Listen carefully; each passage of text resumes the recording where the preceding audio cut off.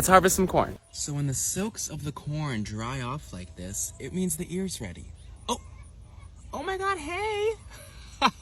There's a little Froggo. What's up, buddy?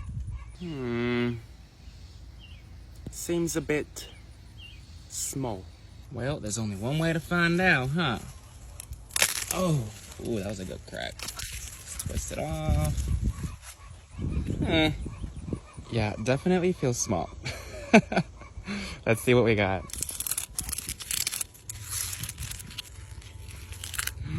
You can kind of see it. Oh, we actually got something. I mean, it didn't fully develop. I guess not all the silks got pollinated there. I mean, the top definitely didn't. But I'll take it. Abundance. Kinda.